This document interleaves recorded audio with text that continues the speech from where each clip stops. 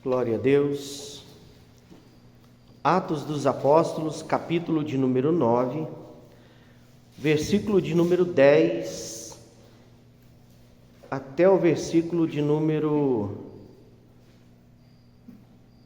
15. Vamos ler o versículo 10 e o 11. É um texto bem conhecido dos irmãos. Glória a Deus. Está escrito assim: Em Damasco havia um discípulo chamado Ananias. O Senhor o chamou numa visão. Ananias. Eis-me aqui, Senhor, respondeu ele. O Senhor lhe disse: Vá à casa de Judas, na rua chamada Direita, e pergunte por um homem de Tarso chamado Saulo. Ele está orando. Numa visão viu um homem chamado Ananias chegar e impor-lhe as mãos para que voltasse a ver. Amém? Pode se sentar somente até aí? Glória a Deus. Meus irmãos, nós estamos ainda dentro da nossa temática sobre o tabernáculo, e o Senhor tem sido fiel naquilo que Ele tem o desejo de falar com a sua igreja, com a sua noiva. E a palavra que Ele ministrou no meu coração concernente ao nosso estudo do tabernáculo, do arrependimento ao avivamento, nós já falamos, essa é a 7ª mensagem sobre o tabernáculo que nós vamos pregar. E essa mensagem de hoje, ela é referente à entrada do tabernáculo, quando acontece a disposição de entrar no átrio. Quando se entra no átrio, se depara com o altar de bronze, a pia de bronze, o lugar santo, a tenda, o tabernáculo propriamente dito, e o santo dos santos. Mas hoje, enquanto eu ministrar, enquanto eu buscava de Deus, justamente para nós estarmos aí falando sobre o altar de bronze, o altar do holocausto. Quando se fala de holocausto, se fala daquela oferta que é oferecida, queimada totalmente queimada. E enquanto eu estudava esta mensagem, concluía ela hoje, já diz que é para nós falarmos sobre esse altar, o Senhor, dentro desta visão, Ele me direcionou para um outro tema, para uma outra ótica. E nós vamos falar hoje sobre o caminho dentro do átrio transforma o religioso em um cristão. De todas as lições que nós aprendemos sobre o tabernáculo, e hoje eu estava revendo, lendo mais um pouco, essa palavra religião, ela brotou, ela pulou dentro do meu coração. Porque se tem algo que tem sido uma dificuldade, que ainda tem sido uma barreira, e eu não falo fora da igreja, longe da igreja, eu falo dentro da igreja, é a religiosidade. A religiosidade. De tudo que Deus fez, de tudo que Deus tem feito, de tudo que Deus tem falado, eu tenho percebido que muitas vezes não nos empolga mais tanto. Eu percebo por muitas vezes que nós estamos apegados ao título evangélico, Nós estamos apegados à placa assembleiana, nós estamos apegados à igreja, nós estamos apegados ao culto, e tornando esses elementos a base da nossa vida. E isso tem nos tornado religiosos. A palavra religião, ela é oriunda do latim religare, que significa religar a algo, religar a uma instituição, a um sistema, a uma organização. Esse é o viés da religião. Tornar o religioso, deixar o religioso apegado ao templo, apegado à placa, apegado à liturgia,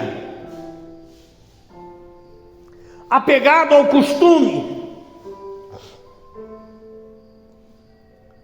O cristão, a grande diferença do cristão para o religioso é que enquanto a religião ela liga a pessoa a um sistema, a uma organização,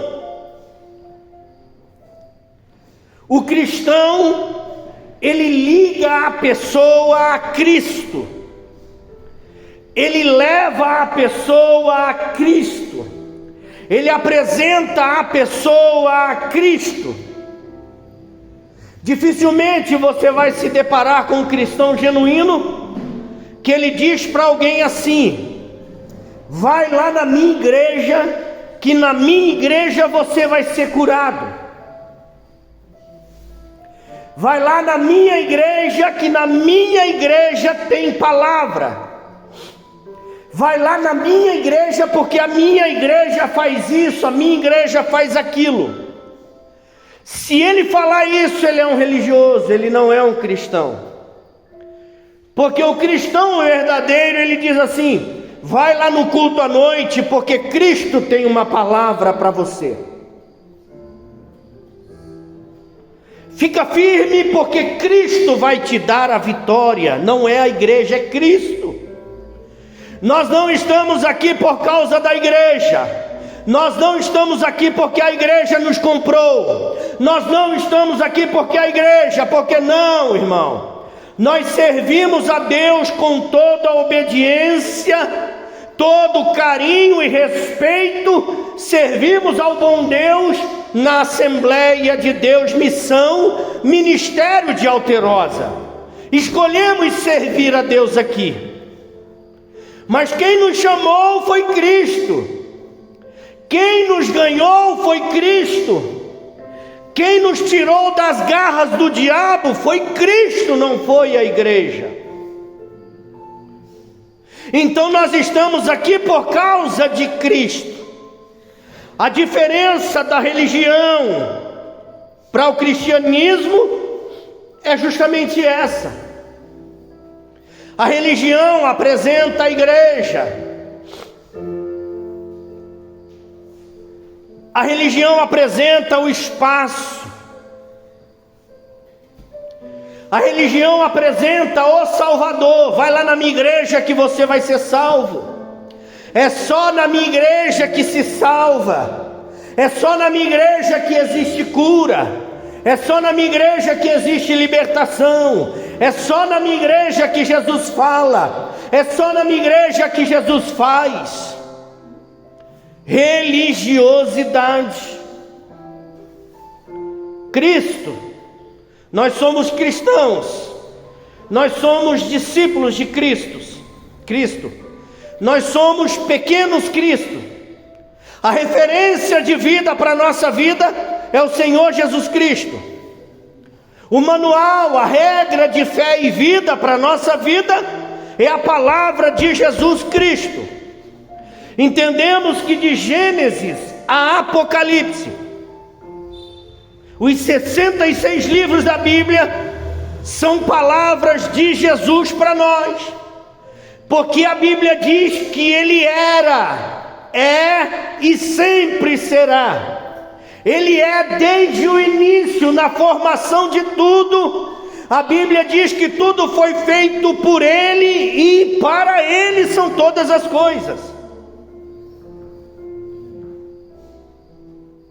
E esta palavra, ela é muito interessante naquilo que Deus ministrou ao meu coração, porque nós temos que aprender a diferenciar e a nos posicionar. Por exemplo, o cristão não precisa defender a sua fé. O cristão não precisa defender Cristo, melhor dizendo. O cristão não precisa defender a Bíblia. O cristão não precisa defender a Bíblia. E quando eu falo defender a nossa fé, é nos posicionar. Mas nós não precisamos fazer muito para defender, não. Somos de Cristo, a palavra de Cristo e a igreja de Cristo. O que nós precisamos é orar e pedir: Senhor, age, trabalha, interceda por nós. Agora o religioso, ele briga. O religioso, ele discute, ele debate, agride e até mata. Paulo, quando nós começamos a ler, depois você lê na tua casa, Atos, capítulo de número 9, do versículo de número 1 até o versículo de número 18, nós vamos ver a conversão de Paulo. Eu posso aqui falar Saulo ou Paulo, é a mesma pessoa. Deus não mudou o nome de Saulo para Paulo, é a mesma pessoa. Saulo por causa da identidade hebraica, Paulo por causa da identidade romana. É o mesmo homem. Então aqui Paulo, a conversão de Paulo, ela nos dá muitas lições, nos ensina muitas coisas, principalmente no que tange à religiosidade. Paulo prendia, açoitava e foi cúmplice do assassinato de Estevão. Tudo isso por causa da religiosidade. Tudo isso para defender a sua crença. Tudo isso para defender a sua igreja, a sua denominação. Já que nesse tempo os fariseus predominavam, era a maior religião, o farisaísmo. Tinha os saduceus e os zelotes, mas a maior era o farisaísmo. Paulo era fariseu, foi ensinado aos pés do mestre Gamaliel. Paulo era conhecedor, defensor da lei naquilo que lhe favorecia, naquilo que era concernente ao fariseu fazer. A religiosidade, ela é muito perigosa. Muito perigosa. Muito perigosa porque ela parece muito com a vida cristã. Parece muitas vezes que nós estamos vivendo a vida cristã como Cristo ensinou, mas quando a gente vai olhar, a gente não está passando de um religioso. E isso nós precisamos identificar. Paulo perseguia os cristãos achando que estava fazendo certo, porque a religião, ela cega o entendimento. A religiosidade, ela rouba o senso de justiça, ela rouba o senso de analisar e de avaliar as questões. A religiosidade é um dos males do século. A religiosidade tem levado muitos a se afastar de Cristo.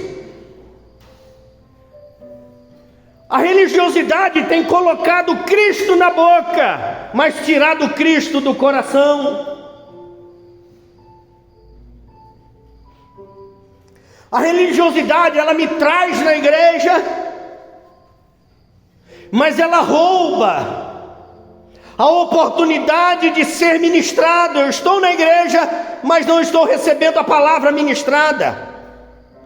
Eu estou na igreja, mas ao invés de receber esta palavra para mim, eu estou debatendo entre mim, dentro de mim, se é para mim, se foi falado para mim, se foi direcionado para mim. É palavra de Deus. Todas as vezes que estamos na igreja, palavra de Deus é para nós todos.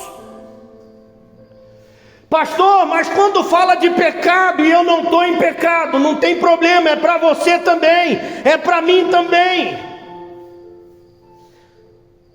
Quem está em pecado conserta, quem não está em pecado vigia, porque a Bíblia diz que aquele que está de pé cuida para não cair.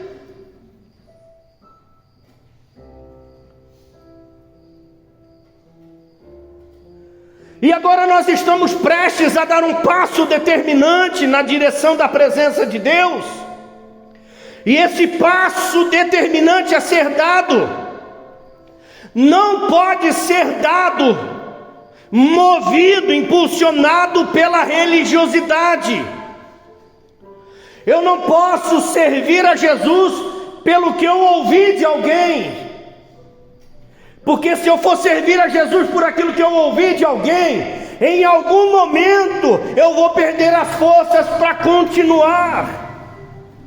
Eu preciso servir a Jesus, de viver uma experiência com Ele, de viver um relacionamento de intimidade com Ele, porque somente na intimidade é que eu vou conhecer o poder dEle, a presença dEle, a voz dEle, o socorro dEle, o alerta dEle, a proteção dEle. É só no relacionamento de intimidade. E se eu não tiver esse relacionamento de intimidade, eu tenho Jesus só na boca, é religiosidade. E a religiosidade, ela me leva para uma direção, para um caminho, que eu penso estar indo na direção de Deus, mas eu estou me afastando. Eu penso estar caminhando na direção da palavra, mas na verdade eu estou me afastando. Eu penso que eu estou caminhando na direção do Espírito Santo, mas eu estou me afastando.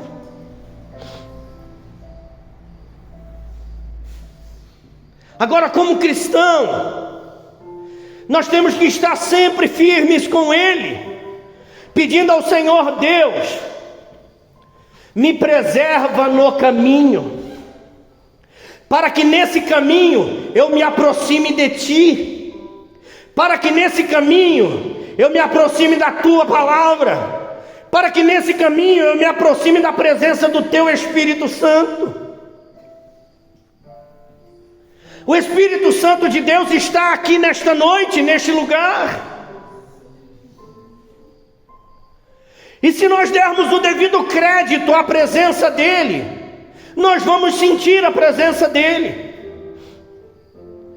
Se nós entendermos que Ele pode curar hoje, Ele vai curar hoje.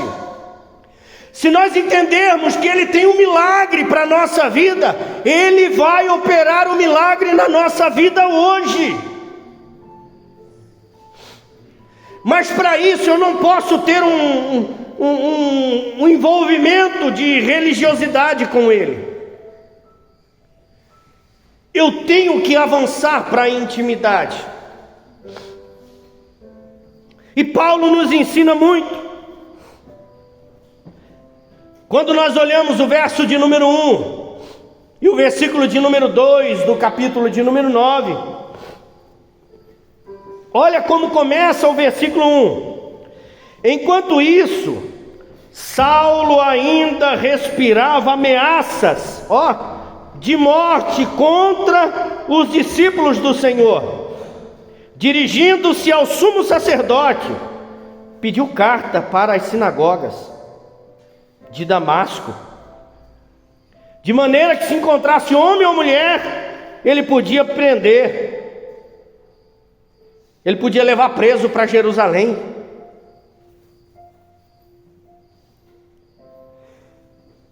Paulo aqui, como bom religioso, ele dispõe dentro do coração dele sair para perseguir. Ele está em Jerusalém e ele quer ir para Damasco para perseguir os cristãos. Aqueles que estão em Damasco, ele quer trazer preso para Jerusalém. E o religioso, ele tem uma astúcia tão tremenda, que olha, ele sai munido de documento. Ele pega documento do sumo sacerdote assinado. E o sumo sacerdote tinha muita moral, muita credibilidade. E ele pega esse documento para ir para outra cidade, para perseguir os cristãos. E ele vai com os documentos, confiante, dominado pela religiosidade. Por quê? Porque os cristãos estão anunciando em todos os cantos que Jesus Cristo salva, cura, liberta e leva para o céu. Os cristãos estão anunciando que Jesus Cristo tem nova vida para a vida das pessoas.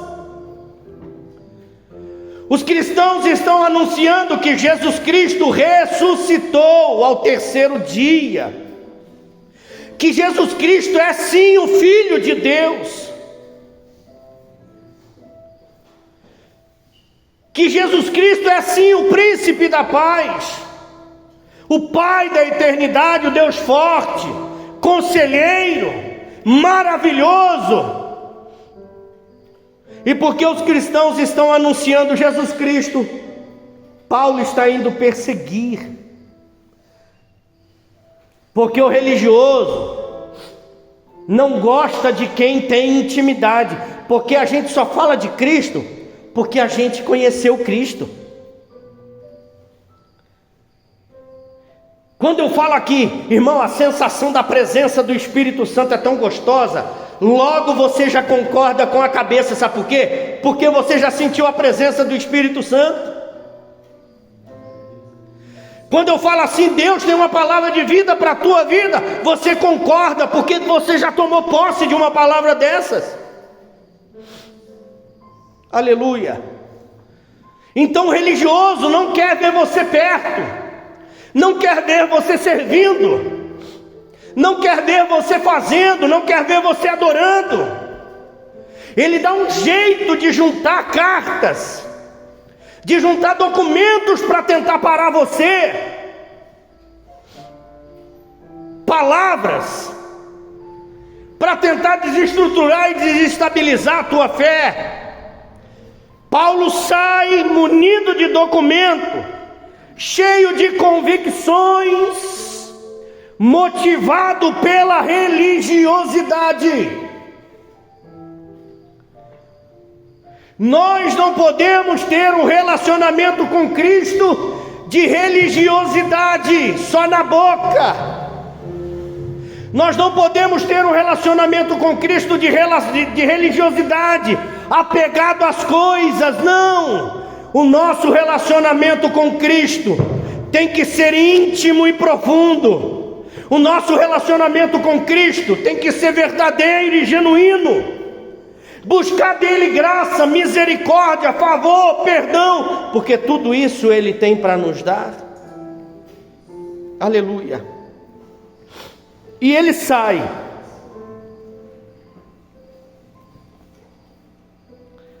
Aí no versículo de número 3 está escrito assim: em sua viagem, quando se aproximou de Damasco, de repente, esse versículo de número 5, ele registra o divisor de águas na vida de Paulo. O divisor de águas na vida de Paulo, o início do ministério de Paulo, o início do testemunho de Paulo começa exatamente no versículo de número 5. A caminho de Damasco, perto de Damasco, a Bíblia diz, longe de Jerusalém. Primeiro Deus tira ele de Jerusalém. Primeiro Deus tira ele do meio que estava deturpando a fé dele. Primeiro Deus tira ele do meio que estava corrompendo a fé dele. E quando ele está chegando perto de Damasco, o Senhor trata com ele. O Senhor se revela. O versículo de número 3 é o versículo chave, é o versículo que marca, é o divisor de águas do ministério de Saulo. Porque ele sai de Jerusalém fariseu, convicto, cheio de certezas, munido de documentos, com aquela convicção de que ele estava fazendo o melhor para Deus. Ele sai de Jerusalém assim, mas exatamente perto de Damasco, em algum lugar chegando perto de Damasco, acontece algo sobrenatural na vida de Saulo. Porque Deus, para nos impactar, Ele faz coisas grandes. Deus, para nos impactar, Ele faz coisas extraordinárias. É que a gente muitas vezes não dá o devido crédito e o devido valor. Mas Deus está sempre fazendo, Deus está sempre agindo, Deus está sempre falando. E exatamente aqui neste lugar, Paulo se depara com o de repente de Deus. Eu acho isso lindo, irmão. O de repente de Deus é lindo e é profético. O de repente de Deus, ele é maravilhoso.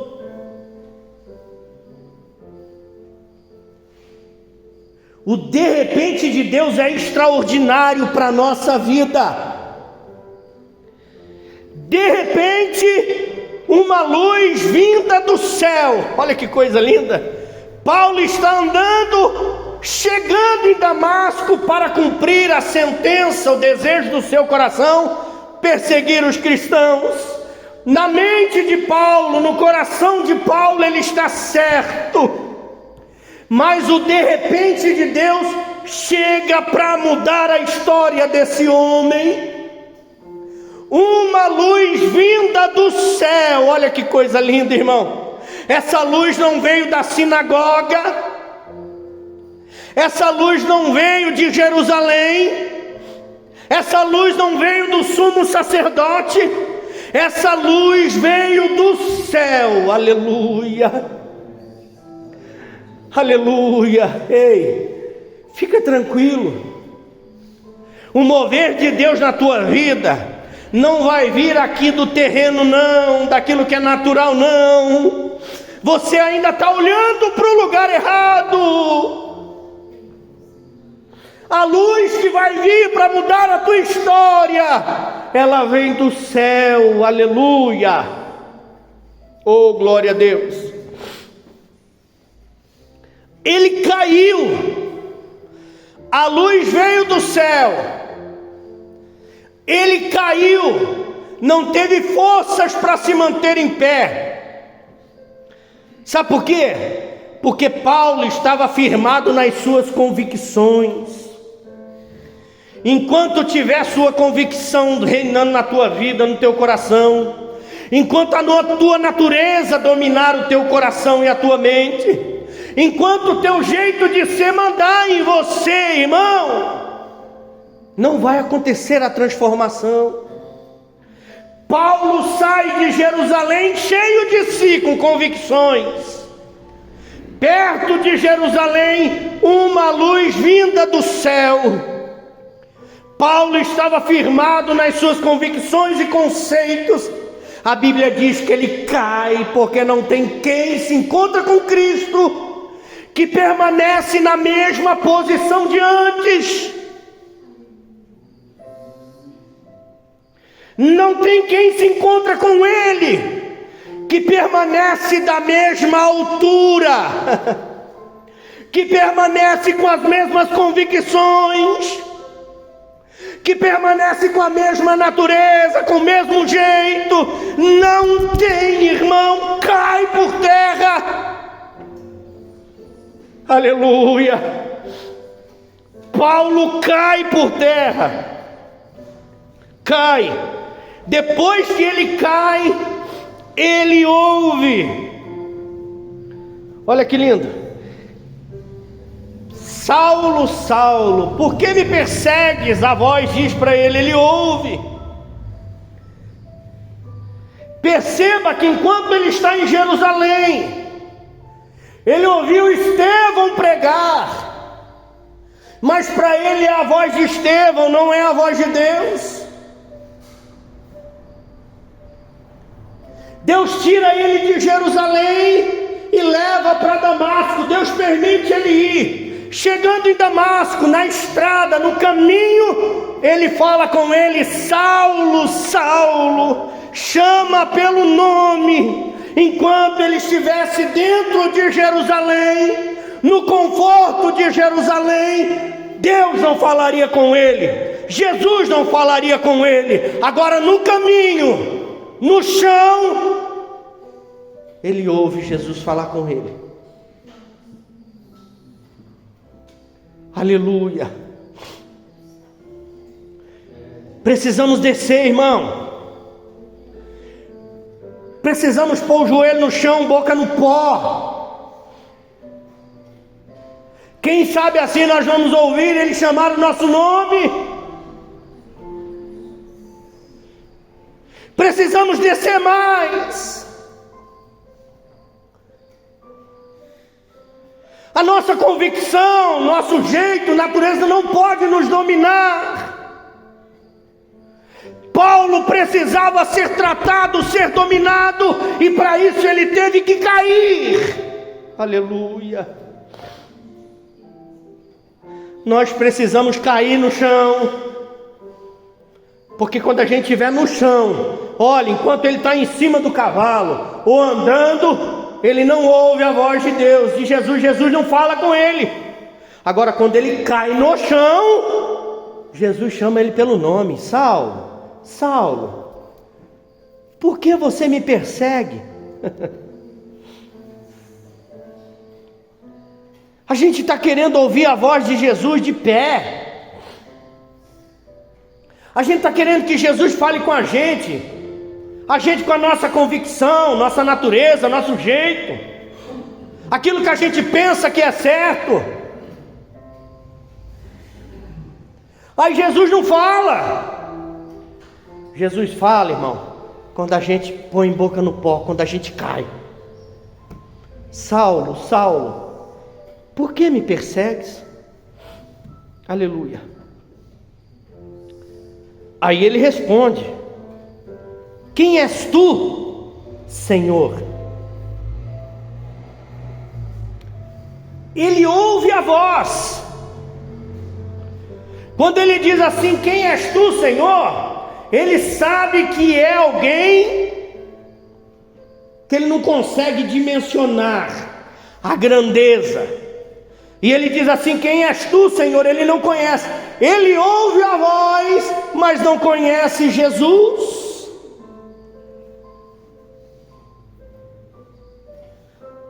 Nós, enquanto cristãos que servimos a Deus, nós temos que lutar, buscar, conhecer a voz e conhecer o dono da voz. Porque quando conhecemos a voz e conhecemos o dono da voz, não nos confundimos, não seremos confundidos. Aleluia!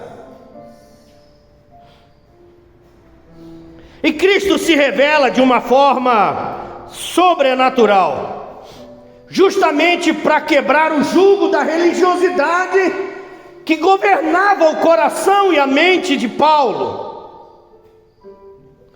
Jesus opera de forma sobrenatural para quebrar esse jugo, o jugo da religiosidade, porque enquanto ele estava dominado pela religiosidade, ele não ouvia Deus. Paulo conhecia as leis, Paulo conhecia a palavra, mas não conhecia de quem a palavra falava. Aí no versículo de número 5, Saulo pergunta: quem és tu, Senhor? E ele respondeu: eu sou Jesus, a quem você persegue.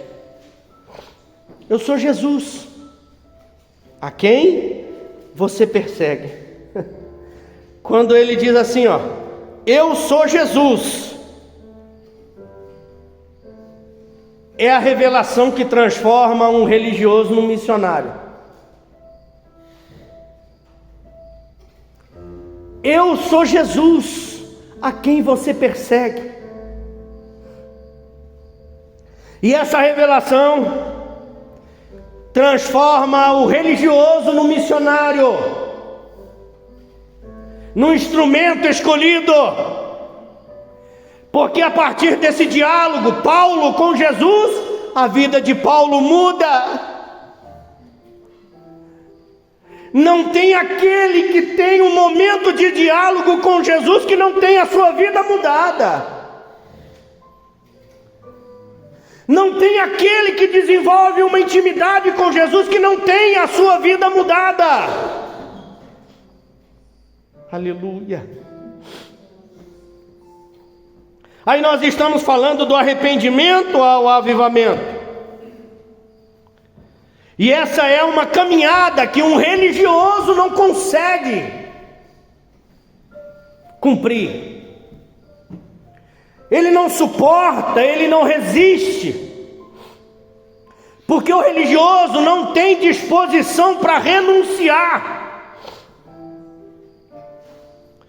O religioso não tem disposição para mudar. O religioso não tem disposição para ser transformado. O religioso não tem disposição para morrer para si, para viver para Deus. O religioso, ele não toma posse daquela palavra que diz assim, ó, já não vivo mais eu, mas Cristo vive em mim.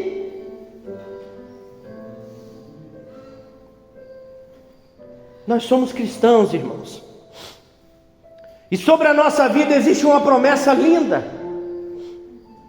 Existem promessas de bênçãos materiais aqui na terra para nós? Existe. Existe promessas de bênçãos espirituais aqui na terra para nós? Existe. Existem promessas de curas? Existem. Existem promessas de honra? Existe. Existe promessa de vitória, de bênção, de porta aberta, de milagre? Claro que existem, e são muitas. Mas a maior promessa para um cristão é saber que um dia a trombeta vai soar. Os mortos ressuscitarão primeiro, e nós, os vivos, seremos arrebatados. Nos encontraremos com o Senhor Jesus nos ares. Aleluia. Aleluia. Por isso que nós dizemos de vez em quando: Maranata, ora vem Senhor Jesus. Nós somos a igreja que está esperando o arrebatamento. Nós somos a igreja que está esperando o dia do Senhor. Ele pode vir hoje, aleluia, aleluia, aleluia. E quando nós, porque nós já fomos religiosos,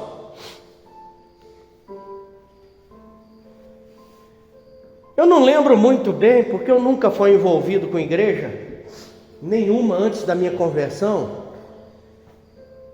mas eu lembro da minha mãe muito religiosa, embora minha mãe mexia com tudo.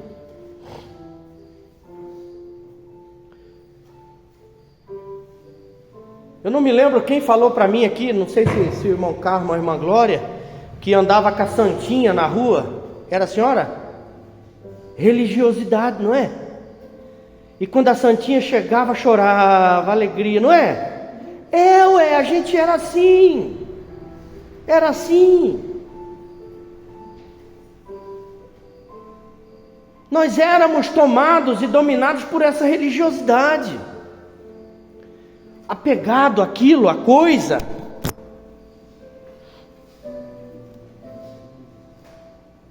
Paulo era um religioso. Paulo foi um religioso até que ele viu uma luz vinda do céu.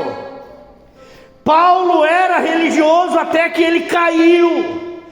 Paulo era religioso até que ele ouviu a voz chamando pelo seu nome. Saulo era religioso até ele ouvir o nome de quem era dono da voz. Saulo era religioso. A partir daquele momento, ele se tornou um cristão genuíno, verdadeiro. Foi assim conosco. O que remia a nossa vida era a religiosidade. Um dia encontramos Jesus, ouvimos a sua palavra, nos entregamos a Ele, confessamos como Salvador da nossa vida, descemos as águas batismais, levantamos nova criatura e hoje vivemos para a glória dEle. Aleluia! Bendito seja o nome do Senhor. A partir desse momento eu aprendo que quando nos entregamos a Deus, passamos a desfrutar de algumas bênçãos. Quando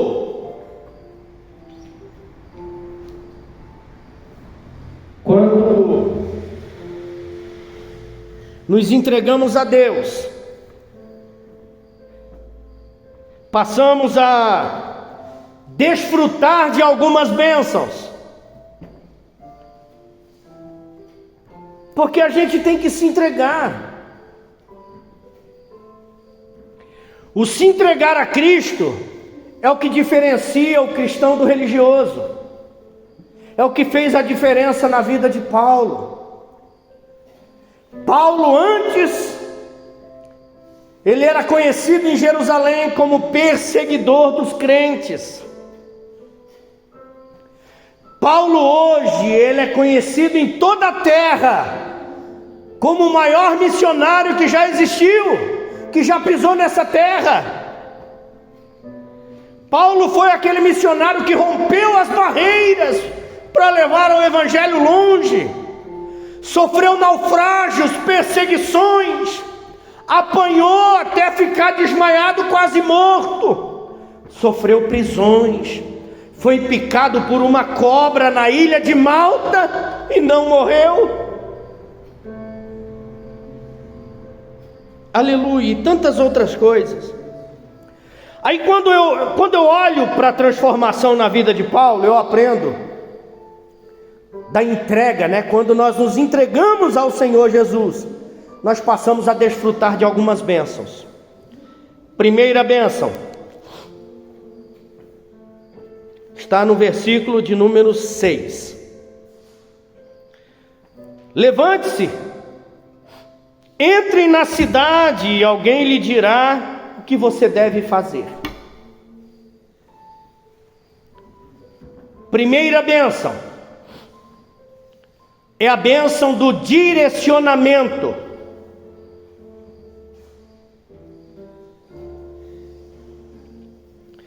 Ele vai direcionar a nossa caminhada.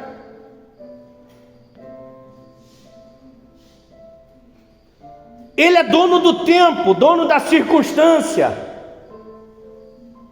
Ele é a bússola que dirige a nossa vida.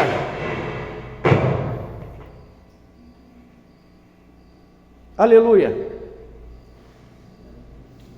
Olha o povo no deserto. O povo no deserto, ele foi guiado, direcionado por Deus.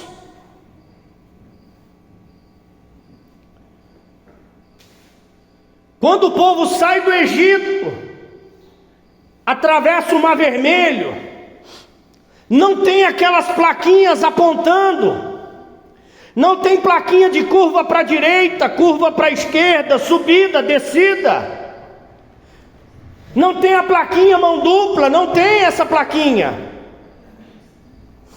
O povo está caminhando. O que é que direciona o povo? A vontade de Deus.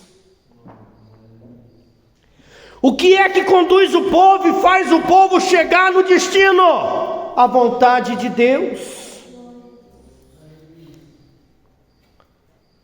Abraão, sai da tua terra e vai para uma terra que eu vou te mostrar. Também não tem placa de direção, não tem placa mostrando, apontando o caminho, mas Abraão sai.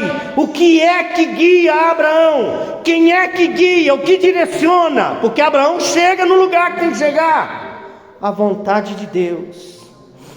Palavra de Deus para o teu coração. Deixa Deus direcionar a sua vida.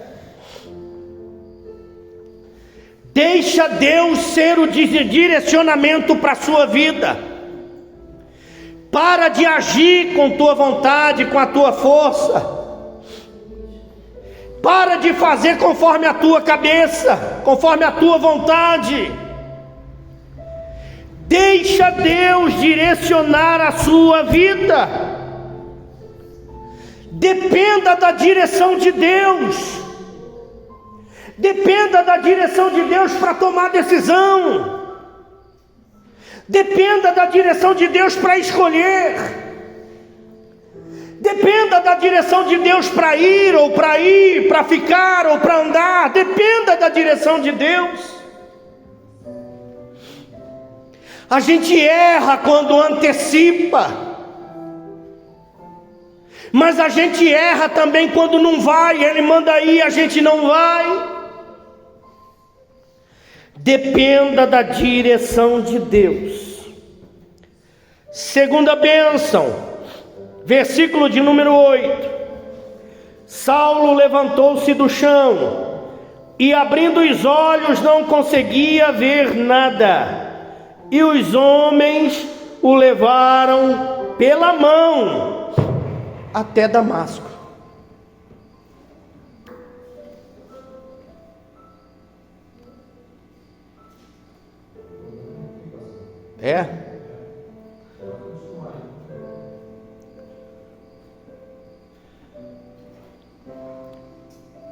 Os homens o levaram pela mão até Damasco. Segunda bênção é a bênção do apoio.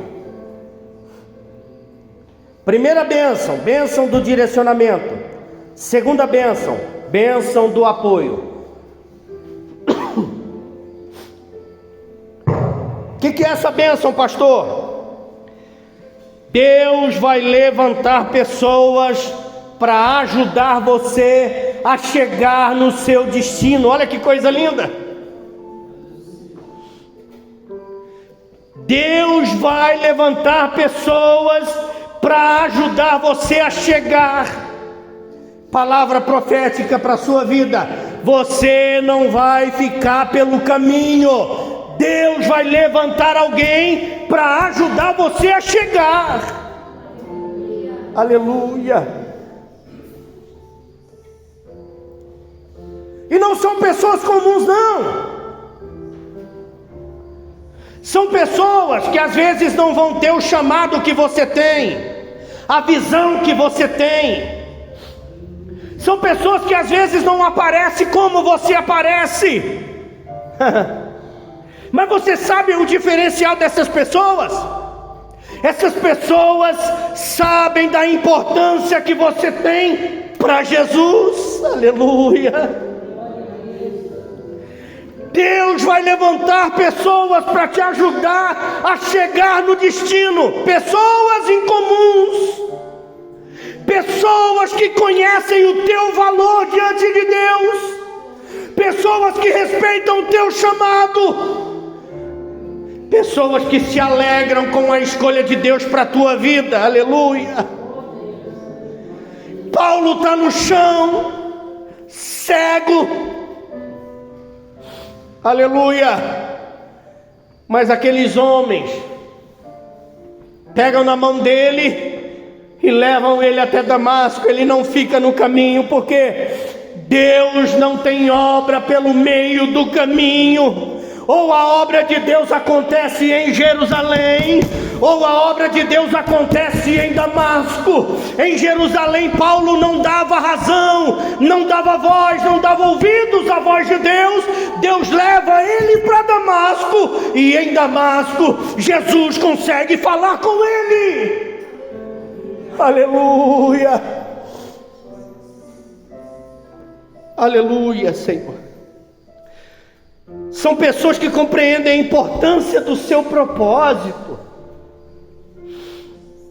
Ei, são pessoas que olham e dizem assim: Paulo não pode ficar no meio do caminho, não. Paulo tem que chegar. Deus vai levantar pessoas do teu lado e do meu lado, que vai agarrar no nosso braço, vai nos pegar pelas mãos e vai nos ajudar a chegar no lugar que é para chegar, no destino que é para chegar. Aleluia. Oh, glória a Deus. Versículo de número 9. Eu quero aqui abrir um parênteses para comentar rapidinho o versículo 9. Por 3 dias ele esteve cego, não comeu e nem bebeu. Paulo está cego, irmão, por 3 dias. Um homem soberbo, arrogante, poderoso. Um homem de posses, com conhecimento, com moral, com credibilidade. Paulo não era qualquer um. Só que agora Paulo está no chão. Paulo está cego. Paulo, que antes não precisava de ninguém, agora precisa de alguém para chegar no lugar. Aleluia. Mas quando eu olho para esta passagem, eu acho lindo um detalhe, que diz assim, ó: por 3 dias esteve cego, não comeu e nem bebeu. Por 3 dias esteve cego. Eu não vejo Paulo murmurar. Depois que eu encontrei com Cristo, minha vida ficou tão difícil. Depois que eu converti, ficou tão difícil.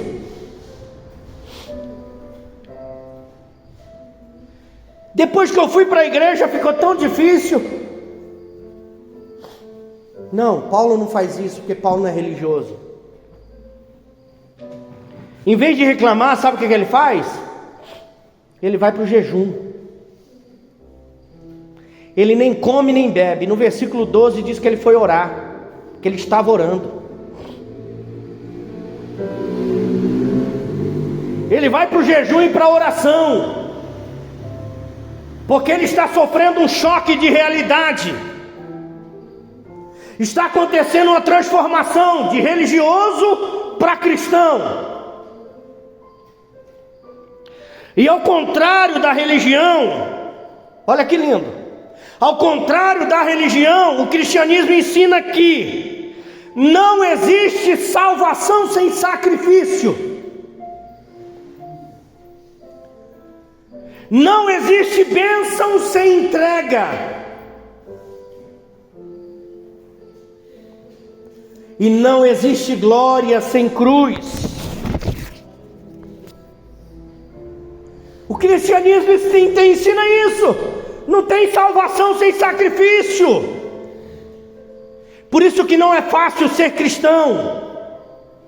Por isso que não é fácil servir a Deus, servir a Jesus. Por isso que nós temos uma luta constante contra o diabo, adversário das nossas almas, que tenta desestruturar, desestabilizar a nossa fé, nos afastar da cruz, tentar nos enganar apresentando coisas mundanas como se fosse coisa boa. Aleluia. Terceira bênção que nós desfrutamos a partir da entrega, versículo de número 10. Em Damasco, olha só, em Damasco havia um discípulo chamado Ananias. O Senhor o chamou numa visão: Ananias. Eis-me aqui, Senhor, respondeu ele. O Senhor disse: vá à casa de Judas. Terceira bênção é a bênção que vem até nós. Terceira bênção, a bênção que vem até nós. A palavra do Senhor diz que as bênçãos nos alcançarão. Paulo tinha que chegar em Damasco, ele chegou em Damasco. Foi levado para a casa de um homem chamado Judas.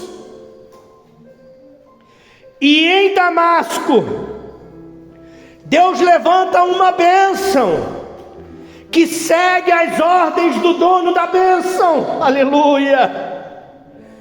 Olha Deus falando para Ananias: ei, bênção, levanta, vai na casa de Judas, porque lá agora você vai entregar uma bênção.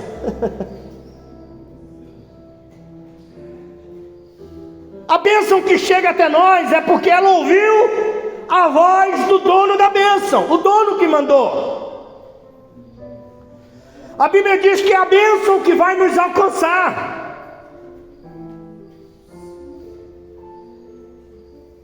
Essa é uma das oportunidades que temos de desfrutar da entrega. Quarta bênção, versículo de número 13 ao 15. Eu vou ler só o comecinho do 13. Respondeu Ananias: Senhor, eu tenho ouvido muita coisa a respeito desse homem. Ananias sendo tomado pelo espírito da religiosidade, começando a questionar com Deus: será, Deus, que o Senhor não errou não? Pai, é aquele lá mesmo? É aquele Saulo mesmo? É aquele fulano mesmo? Quarta bênção é a bênção da intervenção de Deus. É a bênção de ser defendido por Jesus. Por um período de tempo, Ananias começa a deixar o seu coração ser dominado pela religiosidade, e ao invés de se alegrar pela vitória na vida de Paulo, pela conversão na vida de Paulo, ele começa a murmurar por quem Paulo era. Paulo era, irmão, ele não é mais. Nós éramos até que Cristo nos encontrou, agora não somos mais. Éramos perdidos, agora somos achados de Deus. Éramos condenados, somos justificados hoje para a glória de Deus. Aleluia. Glória a Deus. Jesus ouve os questionamentos e as acusações, mas eu acho lindo porque ele muda a sentença, bate o martelo e ressalta: Paulo é um instrumento escolhido. Ananias, Paulo é a escolha certa. Eu não erro quando escolho, Ananias. Eu digo sempre para os irmãos, eu não sei como isso soa nos teus ouvidos quando eu digo. Quando eu digo que o Senhor Jesus não erra quando escolhe, e você é um escolhido de Deus, Ele não errou não. Ele não errou quando escolheu Saulo, não errou não, ele não errou. Ele não errou em nenhuma das suas escolhas, ele acertou em todas elas.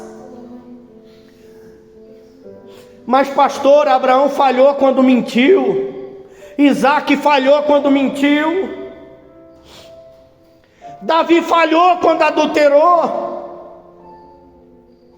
Olha a história, a biografia de Saulo, Senhor. Matou um monte de crente, perseguindo crente. Podia ter salvo Estevão e não salvou. Ei, mas quem disse que era para salvar Estevão? Quem é que nos garante que o Senhor Jesus não estava ansioso para ter um encontro com Estevão?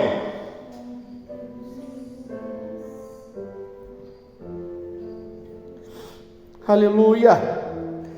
Paulo é a escolha certa. Paulo foi defendido por Jesus. A bênção da intervenção. O diabo vem se andar, aí vem a intervenção de Deus a teu favor. Você sabia que a tua família já era para estar destruída? Pelo que você já passou, era para a tua família estar de pé ou estar destruída? Falando por mim, destruída. O diabo armou, se andou e projetou. Aí veio a intervenção de Deus. Quando veio a intervenção de Deus, irmão, estamos de pé até hoje. Você pode glorificar o nome do Senhor por esta palavra. O diabo projetou, mas não prosperou, por causa da intervenção de Deus na tua vida, por causa da intervenção de Deus na tua família, por causa da intervenção de Deus na vida dos teus filhos. Aleluia.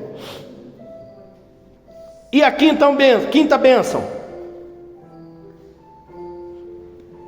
versículo de número 17. Então Ananias foi, entrou na casa, pôs as mãos sobre Saulo e disse: irmão Saulo, o Senhor Jesus, que lhe apareceu no caminho por onde vinha, enviou-me para que você volte a ver e seja cheio do Espírito Santo de Deus. Quinta bênção é aquela bênção que traz consigo mais bênçãos. Aleluia. É aquela bênção que chega em nome de Jesus para dizer: o Senhor Jesus me mandou aqui, volte a ver e seja cheio do Espírito Santo de Deus. Quando ele chega, ele põe a mão sobre Saulo e diz: irmão, aleluia, o Senhor Jesus que te apareceu no caminho, eu conheço a tua história, irmão. Aleluia. Ananias nunca tinha visto Saulo pessoalmente, mas já conhecia a história de Saulo com Deus. Ananias se apresenta como bênção para levar mais bênção. Quais bênção, pastor? Paulo estava cego. Aí Ananias diz para ele assim: volte a ver. Volta a ver. Sabe o que eu acho lindo? Os olhos que voltaram a ver eram os mesmos. Deus não deu olho novo para Saulo. Os olhos que voltaram a ver eram os mesmos, mas a visão era diferente. A visão foi renovada. Saulo não via, não enxergava Deus nas pessoas, Jesus nas pessoas. Agora ele enxerga. Saulo começa a enxergar Deus em tudo, porque agora ele foi renovado, restaurado e restituído. A visão dele agora, irmão, está direcionada pela ótica de Deus. Aleluia. E depois ele diz assim ainda: seja cheio do Espírito Santo de Deus.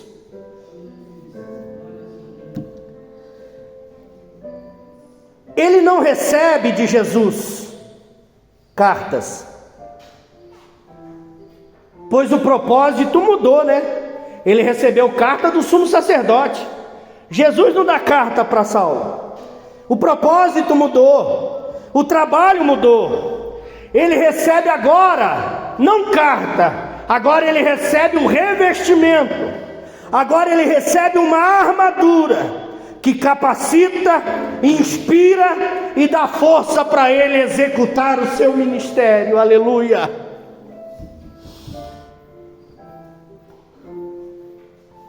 Aleluia.